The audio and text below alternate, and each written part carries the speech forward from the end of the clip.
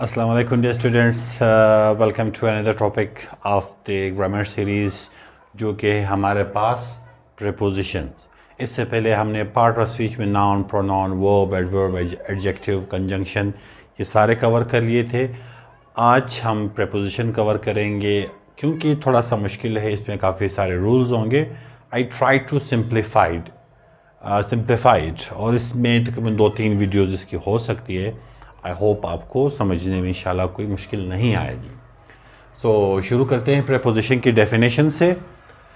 Definition इसकी है, a preposition is a word that connects a noun phrase और a pronoun, noun phrase और a pronoun to another word, especially to a verb, to another noun or an adjective। Definition बड़ी mixed up है। आपको पता है preposition क्या है। जब हम डिफरेंट वर्ड्स को एक दूसरे के साथ मिलाते हैं थ्रू सर्टेन वर्ड्स, उनको कहा जाता है प्रीपोजिशंस। तो यहाँ पे मैंने लिखा हुआ है इन, ऑन, एट, बाय, ये इस तरह के जो भी आपके वर्ड्स आते हैं वो प्रीपोजिशंस हैं। एक चीज़ आपको मैं अभी स्टार्ट में क्लियर कर दूं कि 1, 2, 3 वीडियोस देखने से आपके प्रीपोजिशंस 100% कवर नहीं होंगे। उसमें मसला ये है कि इतने सारे केसेस इसमें आ जाते हैं कि बच्चा भूल जाता है कि इसमें क्या करना था, उसमें क्या करना था। तो द बेस्ट वे इज़ कि आप बुक रीडिंग करें, जिस तरह मैं कर रहा हूँ। मैंने कभी थ्रू रूल्स प्रीपोजिशंस पुट करना नहीं सीखे। मैं बस पढ़ता रहता हूँ, वहाँ से जाके फिर मुझे आइडिया होता रहता है कि यहाँ पे हम ये वाला प्रीपोजिशन लगाएंगे, यहाँ पे ये। लेकिन वो जो कुछ बेसिक चीज़ें होती हैं वो आपको मैं लाजमी क्लियर कराऊँगा।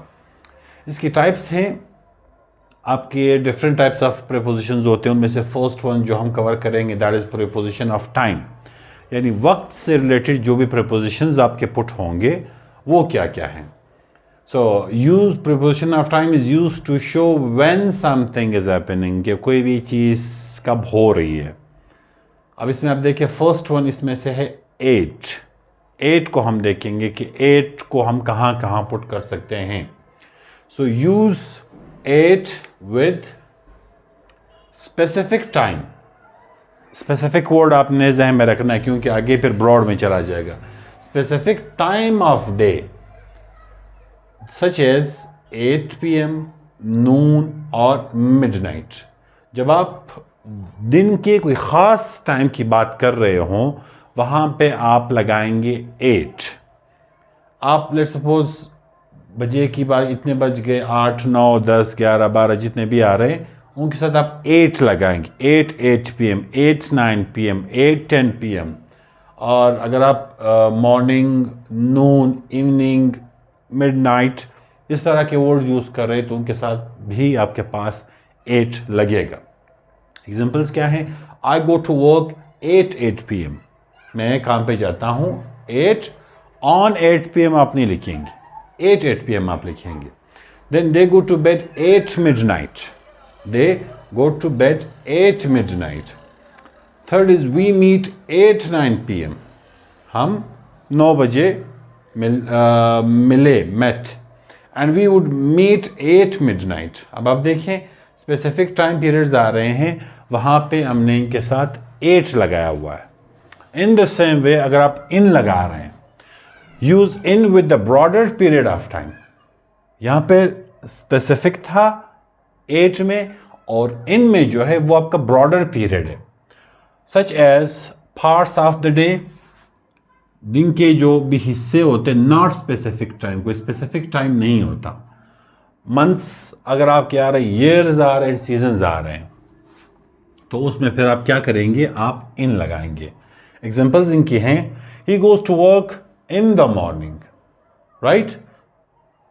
तो यहां पे आप लगाएंगे इन। इसी तरह आप आफ्टरनून लगाएंगे, इसी तरह आप जो है इसमें इवनिंग लगाएंगे। Morning, afternoon and evening, in the evening. Then I will visit him in July, 8 July फिर आप नहीं लिखेंगे, right. Then comes I met him in 2005। अब यहाँ पे हमने 8 लगा लिया, यहाँ पे हम वापस फिर इन लगा रहे हैं। अब इसमें एक एक्सेप्शन आपके पास आता है। इन सब चीज़ों में यानी 2005 में जुलाई में मॉर्निंग, इवनिंग, आफ्टरनून, इसमें हम इन लगा रहे हैं, लेकिन इसमें एक वर्ड है that is night. The only exception to the above rule is night. Despite being a broader period we use 8 with it. हम इसके साथ 8 यूज करते हैं. ये वाला ही वर्क्स 8 नाइट, इन नाइट नहीं होगा, 8 नाइट. राइट. उसके बाद आता है इसी में टाइम में on. Use on with days of the week, any specific day और डेट्स. अच्छा, she does laundry on Sunday, 8 Sunday फिर नहीं होगा. We will be meeting on Friday. जब दिनों के नाम आपके आ रहे हैं उसमें आप क्या करेंगे, आप ऑन लगाएंगे. ये हो गया 8 इन ऑन. उसके बाद 4th वन आ रहा है बाय वर्सेस अनटिल. अब इस वाले में हम बाय देखेंगे, अनटिल को हम पढ़ेंगे अगली वीडियो में. By is used to indicate a deadline और a specific point in time before which an action is expected to be completed. It implies completion or accomplishment before the stated time. यानी आप bye लगाएंगे. For instance 6 बजे का time दिया गया. If you are using the word by, इसका मतलब है ये 6 बजे से पहले होना चाहिए. ये आपका 5:59 पे भी हो सकता है, तो 6 बजे से पहले हो सकता है. अब please complete the project by the end of the month, यानी जो मंथ का एंड हो रहा हो उससे पहले आप जो है इस प्रोजेक्ट को कंप्लीट करें. Then I need your response by tomorrow morning. मुझे तुम्हारा रिस्पॉन्स जो है वो टुमारो मॉर्निंग पर चाहिए. Then make sure to finish your homework by 6 PM. जब आपने बाय लगा लिया उसमें फिर आप क्या करोगे, 6 PM से पहले काम कंप्लीट करो. And you must pay the bill by the due date. जो ड्यू डेट आ रही है आप उससे पहले जो है ये बिल जो आप पे करेंगे. सो ये हुआ आपका बाय.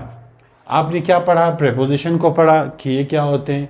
उसमें से अभी हम सिर्फ प्रेपोजिशन ऑफ टाइम पे बात कर रहे हैं. टाइम को इंडिकेट करने के लिए उसके बारे में बात करने के लिए हम 8 इन और ऑन, इनको हम कैसे यूज़ करेंगे वो हमने पढ़ लिया. इसी तरह से आपके पास बाय वर्सेस अनटिल आ रहा है. ये सारी चीज़ें टाइम से आपके रिलेटेड है और इसी को हम कंटिन्यू करते हुए इसके पार्ट 2 में जाएंगे. सो आई होप यहाँ तक आपको चीज़ें जो हैं वो क्लियर है. Thank you so much.